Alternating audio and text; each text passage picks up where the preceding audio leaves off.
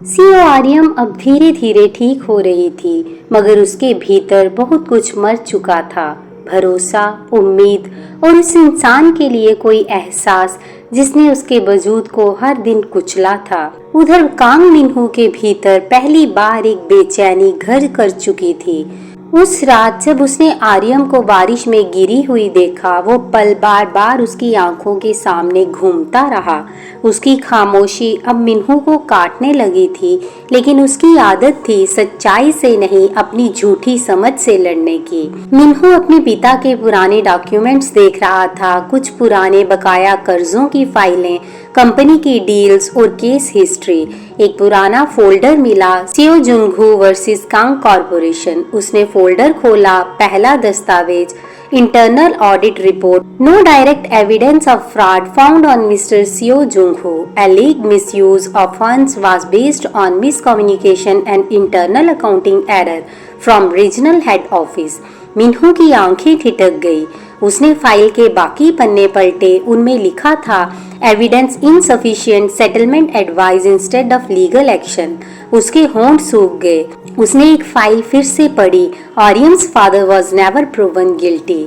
उसकी आंखों में 1 साल पहले का फ्लैशबैक घूमने लगा, जब चेयरमैन कांग एक बोर्ड मीटिंग में अपने अधीनस्थों से कह रहे थे, सीओ जुंगहू को सबक सिखाना होगा। ये कंपनी को पैसा वापस नहीं कर रहा और मैं उसकी इज्जत भी छीन लूंगा। अगर उसकी बेटी को मेरे बेटे से शादी करनी पड़ेगी तो वो इस अपमान को जिंदगी भर याद रखेगा। मिन्हू की आंखों में आंसू नहीं थे, लेकिन एक झटका जरूर था। आपा ने जानबूझकर ये शादी तय की थी और मैंने उस लड़की को गुनाहगार मान लिया। उस रात आर्यम सो रही थी। उसका चेहरा अब भी उतना ही शांत था, मगर उस शांति में एक अलग सी थकान थी, जैसे कोई बहुत लंबी दौड़ भागने के बाद अब सिर्फ सो जाना चाहता हो, हमेशा के लिए। मिन्हू दरवाजे पर खड़ा रहा, कुछ देर भीतर झांका और फिर धीरे से अंदर चला गया। उसने आर्यम के सिरहने रखी डायरी उठाई, जो वह हर रात पढ़ती थी। उसमें लिखा था, मिन्हू मुझे कभी नहीं समझेगा, लेकिन मुझे उसके लिए कुछ साबित भी नहीं करना। मैं सिर्फ ये चाहती हूँ कि जब मैं पूरी तरह चुप हो जाऊं, तब भी मेरी खामोशी उसे याद रहे। मिन्हू ने डायरी बंद की, उसकी उंगलियां कांप रही थी। अगले दिन मिन्हू ने पहली बार आर्यम के लिए नाश्ता तैयार करवाया और खुद उसके कमरे में ले गया। आर्यम चौंक गई। उसने धीरे से पूछा, तुम्हें कुछ काम था? मिन्हू ने उसकी तरफ देखा। मैं बस इतना कहना चाहता हूँ कि शायद मैंने तुम्हारे साथ बहुत गलत किया। आर्यम ने हल्की सी मुस्कान दी, वह मुस्कान जो अब दर्द को ढांपने के लिए थी। गलती तब मानी जाती है जब कोई गलती से हो, पर तुमने जानबूझकर चोट दी थी मिन्हू। ये बात मैं कभी नहीं भूल पाऊंगी। कंपनी में मिन्हू ने बोर्ड मीटिंग के दौरान सबके सामने कहा, I want to apologize for a past internal misunderstanding involving mister Seo Jungho. Our company failed to verify certain documents and he was never guilty of any fraud. ये Minhu के लिए बहुत बड़ा कदम था, मगर उससे भी बड़ा वो लम्हा था जब वह घर लौटकर आर्यम को ये बात बताने गया और देखा वह बिस्तर पर बैठी थी, पापा की तस्वीर हाथ में लिए। वह बस इतना बोली, काश पापा जिंदा होते तो ये सब सुनते। उसकी आवाज में एक ऐसा खालीपन था जिसे कोई शब्द भर नहीं सकते थे। मिन्हू अपनी कार में बैठा था, अकेला। उसने खुद से कहा, उसने कभी कुछ मांगा नहीं, फिर भी मैंने उससे सब कुछ छीन लिया। मैं हर उस चीज के लिए दोषी हूँ जो उसने कभी नहीं कहा। उसका फोन वाइब्रेट हुआ। आर्यम का मैसेज था, तुमने आज जो किया उसके लिए शुक्रिया, लेकिन जो बीत गया वह मुझे हमेशा दर्द देगा। मिन्हू की आंखों में पहली बार नमी थी। अब ये सिर्फ एक मजबूरी नहीं थी, अब वो लड़की उसके दिल की गहराइयों में अपनी छाप छोड़ चुकी थी। सियोल के हल्के हल्के सूरज की रोशनी में सीओ आर्यम ने अपने कदमों को थोड़ा और तेज किया। उसके चेहरे पर अब वही मासूमियत नहीं थी जो पहले हुआ करती थी। उसकी आंखों में अब गहरी सोच और कोई टूटे हुए सपने थे जिनमें अब मिन्हू की कोई जगह नहीं थी। वह धीरे धीरे इस सच्चाई से टकराने लगी थी कि प्यार सिर्फ उसे ही नहीं चाहिए था, बल्कि मिन्हू को भी किसी ऐसे रिश्ते की जरूरत थी जिसे वो अपने हिसाब से जिए। मिन्हू की नफरत और तानों में उसे सिर्फ यही महसूस हुआ था कि उसने सिर्फ कष्ट और असहनीय दर्द हासिल किया था। मिन्हू अब भी आर्यन के आसपास मौजूद रहता था, मगर अब वह चुप था। उसे हर रोज अपनी गलती का एहसास होता था।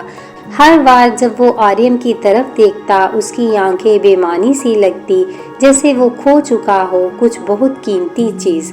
आर्यन, क्या तुम अपनी फाइल पर ध्यान दे रही हो? मिन्हू ने उससे पूछा, लेकिन उसकी आवाज में अब कोई तानाशाही नहीं थी। आर्यन ने सिर झुका लिया और जवाब दिया, जी सॉरी। मिन्हू को अब महसूस हुआ कि उसकी उपेक्षाएं अब आर्यन को कहीं और ले जा रही हैं। ये चुप्पी, ये ठंडी साइलेंस उसे नकारात्मक दिशा में धकेल रहा था। वह अब उस रिश्ते को बचाने के लिए कुछ नहीं कर पा रहा था। उसी दिन शाम आर्यन घर लौटते समय अकेली चल रही थी। वही पुरानी राह, वही मौसम और वही ठंडी हवा जो अब एक अजनबी सी लगने लगी थी। वह घर पहुंची तो मिन्हू को अपने कमरे के पास खड़ा पाया। आर्यन, क्या तुम मुझसे बात करना चाहोगी? मिन्हू की आवाज में हल्की सी तकलीफ थी, लेकिन वो किसी उम्मीद से ज्यादा नजर आ रही थी। आर्यन ने उसकी तरफ बिना देखे हुए कहा, मिन्हू, आप जो चाहते हैं वह नहीं होगा। जो कुछ भी हमारे बीच था वह खत्म हो चुका है। उसकी आवाज में कोई गुस्सा नहीं था, बस एक ठंडा सच था जो अब उसके दिल में घर कर चुका था। मिन्हू अंदर गया। उसकी आंखों में ताजगी और चिंता का मिला जुला एहसास था। उसने खुद से कहा, क्या मैंने अब तक सिर्फ उसे गलत समझा था? क्या मैंने कभी सही से उसे जानने की कोशिश की थी? सिर्फ यही सवाल था जो उसे रात भर सोने नहीं दे रहा था। आर्यन अपनी जिंदगी में अब सिर्फ अपनी उम्मीदों को बनाकर जीने लगी थी और उसने खुद से एक वादा किया था कि अब किसी से उम्मीद नहीं रखेगी, ना मिन्हू से, ना किसी और से।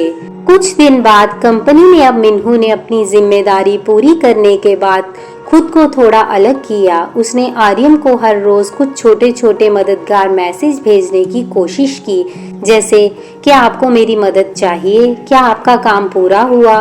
लेकिन आर्यन ने हर बार बस एक ही जवाब दिया, जी सब ठीक है। ये छोटे छोटे संकेत मिन्हू के दिल में उसे खोने का डर बढ़ाते गए। उसी रात मिन्हू को अपनी गलती का एहसास हो रहा था और वो अब अपनी जिंदगी के उन हिस्सों को बदलने का निर्णय ले रहा था जहां उसने आर्यन को कभी समझा ही नहीं। वह उसके कमरे में गया, मगर आर्यन बिस्तर पर लेटी हुई थी, आंखें बंद किए हुए जैसे सो रही हो। मिन्हू ने धीरे से कहा, आर्यन, मुझे माफ कर दो, मैं समझ नहीं पाया। अब मैं खुद को बदलने की कोशिश करूंगा तुम्हारे लिए। आर्यन ने उसकी आवाज सुनी, लेकिन बिना कोई जवाब दिए आंखें खोलने की बजाय फिर से उन्हें बंद कर लिया। उसकी आंखों में जो अब पहले चमक थी वह कहीं खो चुकी थी। उसने मिन्हू से दूरी बना ली थी। अब कोई उम्मीद नहीं थी और शायद यही उसकी सबसे बड़ी ताकत बन गई थी। मिन्हू अकेले अपने कमरे में बैठा था। वह जो बदलाव की सोच रहा था वह अभी तक उसके शब्दों तक ही सीमित था।